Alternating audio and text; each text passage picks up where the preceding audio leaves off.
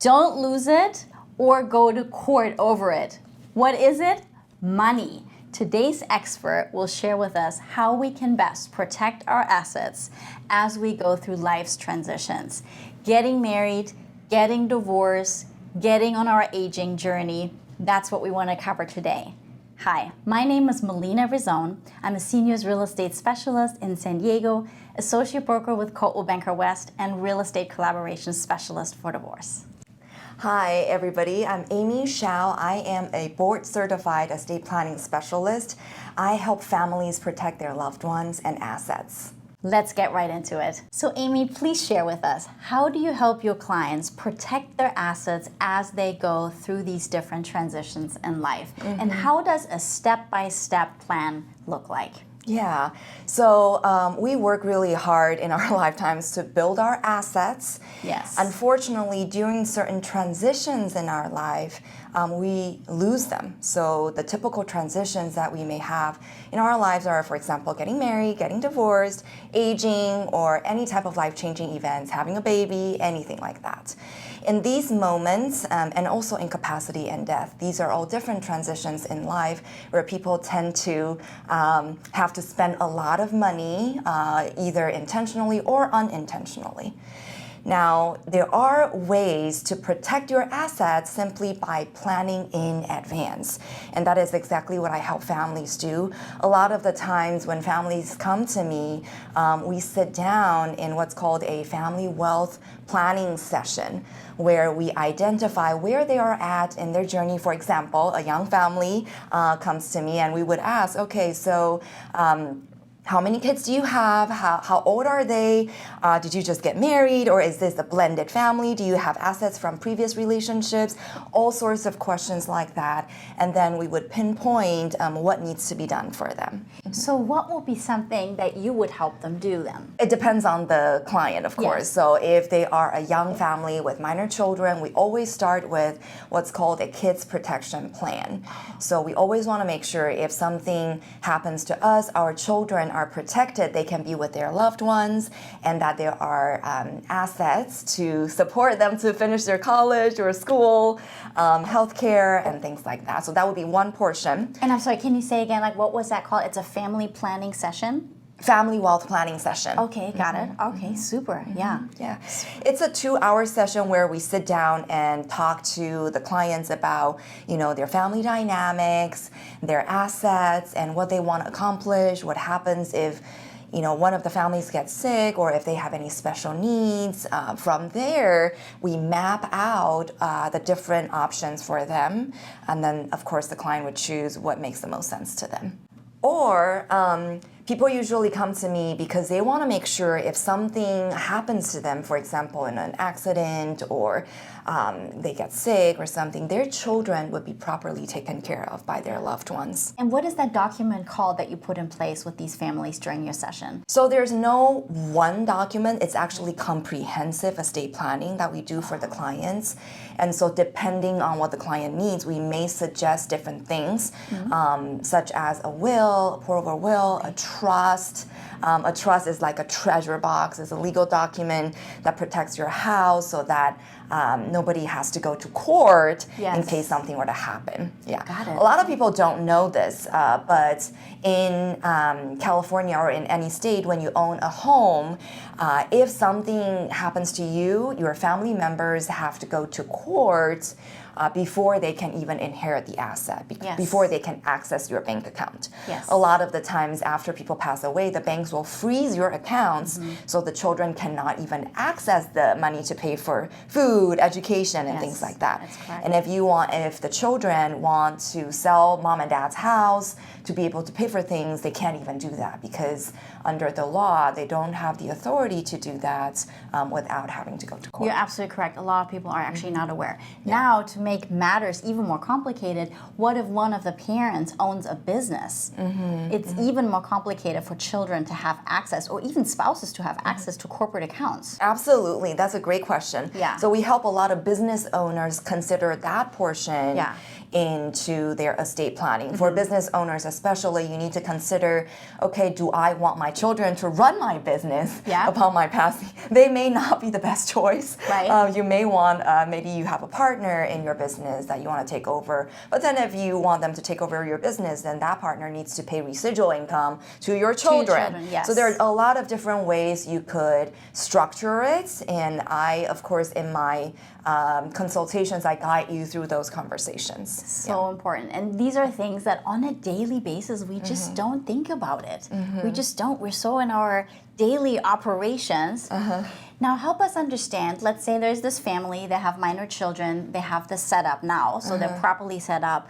But they go down their journey and unfortunately they find that they want a divorce. Now they had proper planning, luckily, so hopefully it'd be a little bit easier to divide it. But how would you help this family now that goes down the divorce route? The most important thing is once divorce is filed, there's this law that prohibits you from moving assets out of the community. So we have to think about pre-divorce planning, during divorce planning, or post-divorce planning. For most families, you want to be able to, if it's an amicable divorce, you can say, if you already have planning, and it also depends on the type of planning you already have. For people who clearly list out what their separate property assets are, that may be easier. But for families who have everything joined or everything community-based, then they have to start splitting up assets. I hear you, I hear you.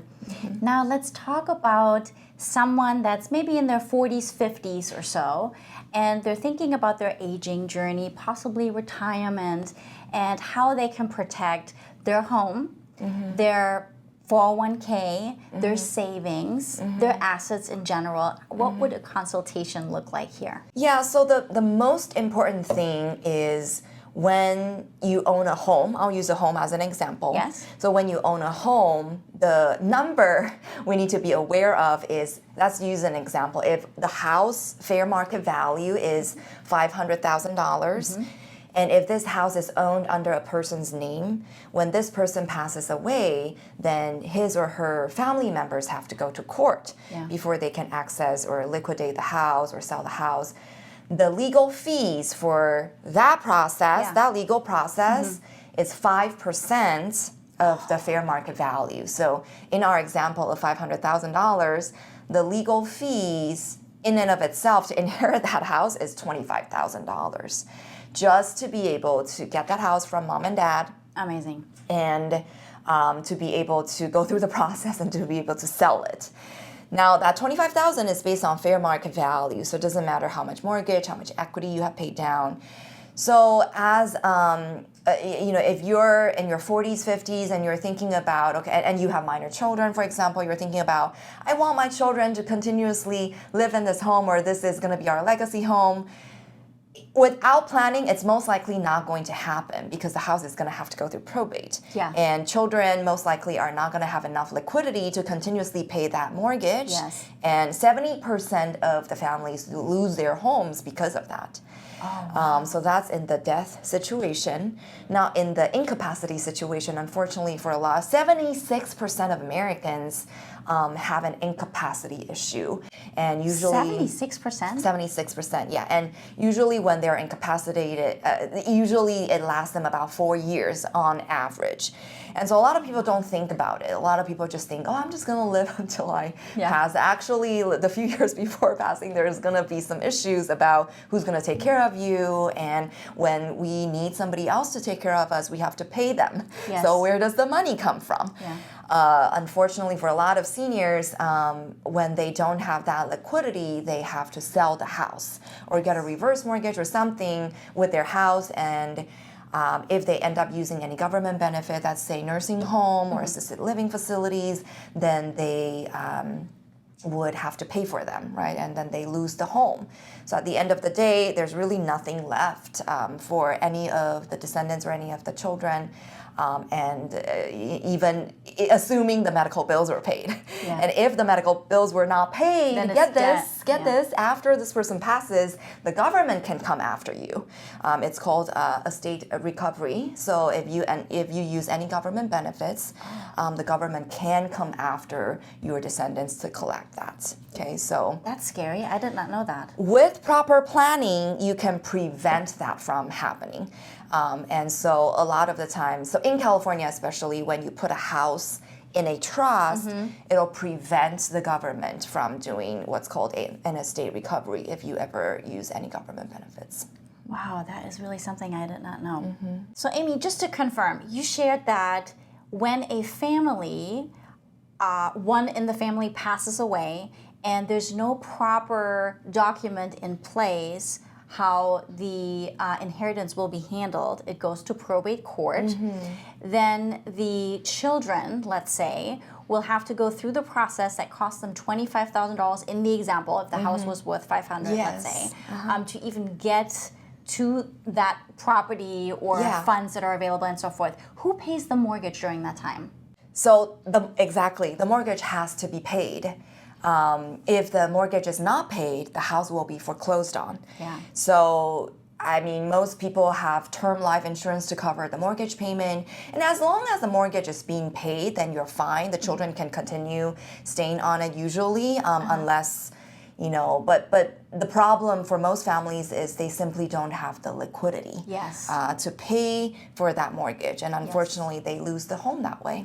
So essentially, there's someone that passes away, the children live in the home, there is a big pocket of savings in an account that no one can access without the proper planning. Is that what I'm hearing? Exactly. That is really... And so the idea here, the legal concept here is when during your lifetime you are able to own assets or own homes because of your name and your signature, right? When we buy a home, we have to sign in escrow, to close on the house. Yeah. Upon passing, our own signature doesn't exist anymore. Right. And so that's why we cannot do anything, your children cannot do anything or any legal actions on the house. Yes. Because the judge actually has to authorize that signature. And so that's the concept of the legal process that one has to go through when you own assets under your name. Thank you so much for explaining. That makes a lot of sense. Okay, Amy, so you just shared with us what happens when we own a property or assets under our name. How else or in what other ways can we own assets and homes? Typically what people do is owning the real property under what's called a revocable living trust. So when you own a home in a trust, upon incapacity or passing, you do not technically own any assets under your individual name. It's all under this treasure box called the trust. And so how does this trust work? Upon passing, whoever you name as successor trustee will step in and say, oh, you know what, I'm the trustee. I now manage mom and dad's assets so I can legally either sell the house or get a new mortgage or whatever I need to do to handle the property. Would you say that it is available to have specific preferences and have a unique trust setup? To give you an example, I had clients in the past that were working on establishing a trust. Their children were living out of state, and they interviewed me to put my name in the trust to sell the property when the trustees later on found it appropriate. But they wanted to make it easy for their children to already go through the interview process, so whenever the time came the house needed to be sold, it was already arranged who would actually help them with that either. Yeah. So I thought that was like a very unique approach of organizing and pre-planning. Yeah. So I guess that would also suggest that there's a lot of unique and individual items you could put in a trust? Yes, it's a treasure box, and you design your treasure box however you want it to look like. And in fact, a lot of the times we ask people, what are your goals? Like for example, why do you want to leave money for your children? Is it to encourage them to complete college? What are some extracurricular activities you want them to participate in? If if you were not here? If you have relatives overseas, do you want to give them travel expenses to visit them every year? So it gets as detailed as that. Super. And very, I like how you call it the treasure box. You can really uniquely design your treasure box. So that's really sweet. Yeah, another important thing about this treasure box is the treasure box only protects your treasures if you have treasures in it, right? Right. So you can create a treasure box, but then forget to put all your treasures in it. Right. And then upon passing, when you open up the treasure box, it doesn't have anything in it, and all the other things are still outside.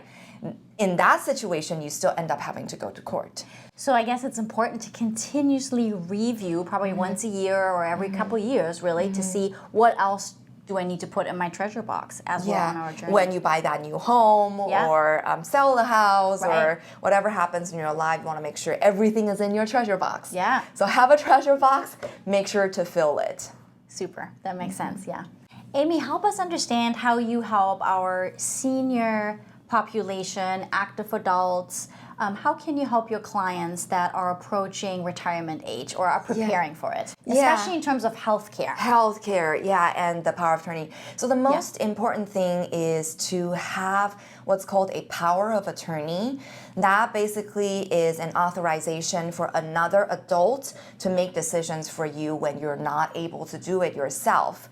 We get sick and we're in the hospital and, things happen. And if we're ever in a coma situation, we cannot speak for ourselves. We need another adult that we authorize to be able to make that decision for us. Otherwise, we end up in court again. And when we end up in court, it's going to cost us a lot of money, and it's also very time consuming. And stressful. Yes, and I'll use an example. A daughter came to me wanting to make some healthcare decisions for her mom because her mom got sick in the hospital, and the daughter came to me. Unfortunately, they did not have any planning at all. So at that time, the daughter could not even make any healthcare decisions, could not talk to the doctor because they had no documents at all. So the doctor said, well, unfortunately, we have to get a court order for you to be able to make decisions for mom. That court process is, because right now with the court budget cut, to even get on the court calendar takes about 6 months. Oh my God. And all the while her mom is lying in bed in the hospital. The solution is really simple. All you need to do is to have that power of attorney in advance. And you need to do that when you're healthy and capable so that you can have that authority to give to another adult. Amy, I'm curious. So we talked about the power of attorney for medical decisions on one's behalf. What else is there for medical, like a medical directive, other medical documents? Help us understand. That's a good question. So when it comes to healthcare, there are 3 different parts. Healthcare power of attorney that authorizes another adult to make important medical decisions for you. There's a HIPAA authorization and that allows another person to access your medical records so that they can know what's going on in order to make those decisions. There's also an advanced healthcare directive. It's also called a living will. It says what happens in terminal situations. Do you want the plugs to be pulled, or do you want life support?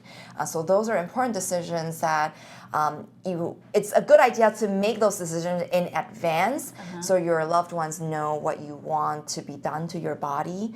Otherwise, your loved ones are left making those decisions themselves without knowing what you want. And it can be a really emotionally heavy burden for them. Like with anything, it's just easiest to have thought about it before and to avoid crisis and with proper planning. And I had a recent client who had to go through this. Unfortunately, they didn't have the planning, and she was faced with having to pull the plug of her late husband at that time. They struggled for a whole month in the hospital. We ended up even talking to the hospital just because the healthcare document was not there. What would you say, is there anything specific related to hospice care or anything else that you see? You mentioned this document is called the directive. Like we talked earlier about a trust, how it can be uniquely designed. What are some items you can uniquely design in in sort of like the latest stage of life plan? Well, everything is uniquely designed in my office, and we really there's a lot of nuance to the planning. And depending on the family dynamics, we touch upon different things. For people who are aging, really the money for medical care is the most important thing. Yeah. And when it comes to money and healthcare, there are three buckets of money, right? One is your own money, so you pretty much just burn down all the money. And so just so you know how expensive it can get when it comes to care, the average cost of nursing home in California is $10,000 a month. Yeah. And so if you want to just use your own money, if you have, let's say, $300,000, you would burn through all of that money in just a few years. So you can use your own money. And the second is you can, if you have long-term care insurance, that's one other option. And the third thing is through legal planning. So there's what's called a Medicaid planning or Medi-Cal in California. It's called Medi-Cal planning to pre-plan in advance so that you can preserve your assets and protect your assets so that those money doesn't have to be burned in paying for your medical bills, and you have other ways you can get government assistance to pay for your nursing home care, to pay for your assisted living care. This takes planning. It takes at least 2.5 years in advance to plan for it, depending on your situation. But you can definitely set it up. Okay, super. So helpful to know. So Amy, let's talk about children, minor children. What can we do? We touched on it a little bit in the beginning of the interview. I want to kind of circle back. How can we best protect the interest of our children and their lives if we as a parent become incapacitated? And what would you specifically recommend for children with special needs? Yeah, so let me just start with an example. So that's say you and your loved ones go out for a date night or whatever, and then you hire a nanny to watch your little ones at home for a few hours. Unfortunately, something happens on your way home. You get in a car accident. Now, all of a sudden, the police officer comes to your home, knock on the door, and ask you, okay, who is this nanny person? Give me the legal authority. Why are you taking care of the kid? The nanny, without any planning, is unable to produce any documents for the police. At this moment, the police has no other choice but to send the child, your child, to Child Protective Services. Okay, so that's what's going to happen to the child without any planning. Once the child goes to Child Protective Services, now let's say your mom and dad came in from another state or to see their grandchild. They're going to have to go to Child Protective Services, and CPS will tell them, well, we cannot release the child to you because we need a court order. See, because from the CPS's perspective, they don't know who you are. You can claim to be who you are, but they don't really know your relationship with the child. So in order to be safe, they want to see a court document. And so then you end up in court. When you go to court, we know it costs money and it's very time consuming. And it may take minimally 6 months or up to a year before you can even be with your grandchildren. In order to prevent that from happening, the solution is actually really simple. You just need to name guardians in place. So once you have a guardian named, you want to say, if something happened to me, I want my neighbor, or I want my friend, my best friend, to take care of my children. So you're giving them the legal authority, so that at least in the accident example that I just gave, somebody will be immediately available in your home with legal authority, so that when the police shows up, that person can present that legal authority. The police will leave the person alone, and then your children would not have to be sent to Child Protective Services. One thing that comes up for me often also when I work with families that are blended, let's say there are two partners, they're not married, they have minor children to care for from one party. I'm really curious, how do you help them set up sort of a plan when they're not married? Yeah, it's a great question. It's becoming more and more common nowadays, and we do a lot of planning for this type of family. And so it depends on how much assets you have. A lot of the times people have assets that they bring into a relationship from a previous relationship. So we usually recommend keeping them separate. So you have your own separate property, I have my own separate property, and then now coming together, we're creating our own joint community property. So for example, if they now coming together, they want to buy a home together, right? Then they can put their home in their community property trust. Nice. And so you would essentially have 3 sets of design to say, because depending also on how old your children are, if they are really young and you just met one another and you're pretty much raising your kids together, then they, a lot of the times, the joint children, or the children that are similar age can just share everything equally.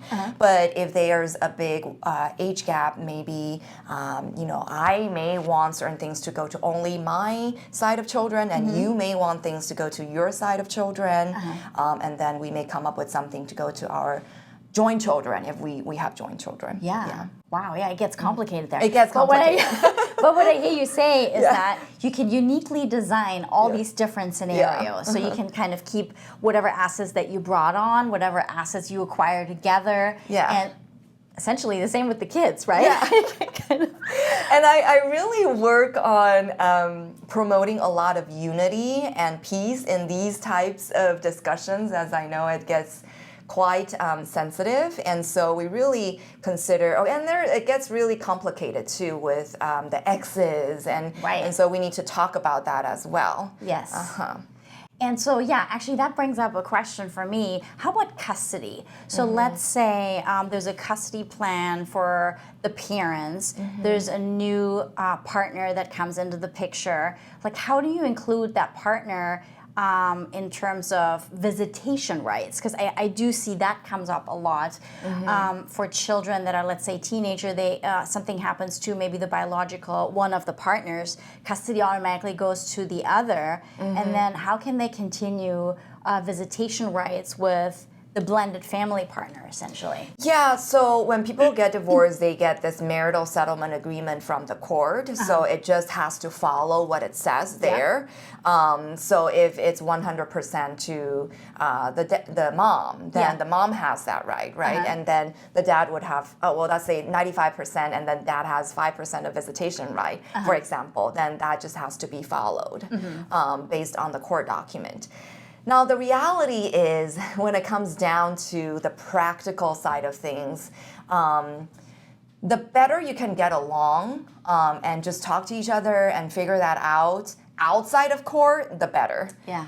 Because if you have to resort to any type of legal resolution or court resolution, and then having the court monitor you, that just is not going to work really well. So one thing that's really important for blended families with minor children is if you're living with a new partner now, and let's say your child from a previous relationship gets sick, can your now partner have the legal authority to take your child to see the doctor, for example?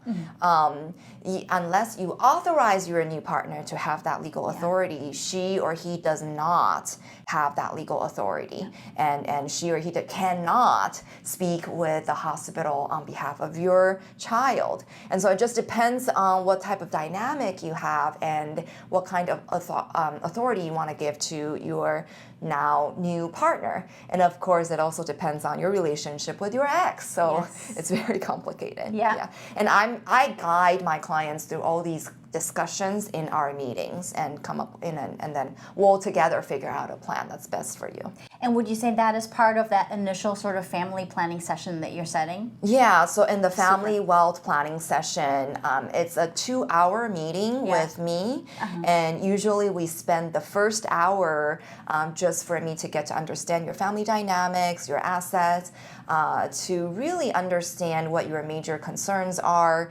And then in the second hour is when we map out a plan for you. So now let's pretend, or maybe not pretend much, but I am not from here. I'm from Germany. Let's pretend my family, aunts, uncles, mom, dad, wanted to buy a property for my children, for my daughter. how would that look like, and how could they go ahead and do that?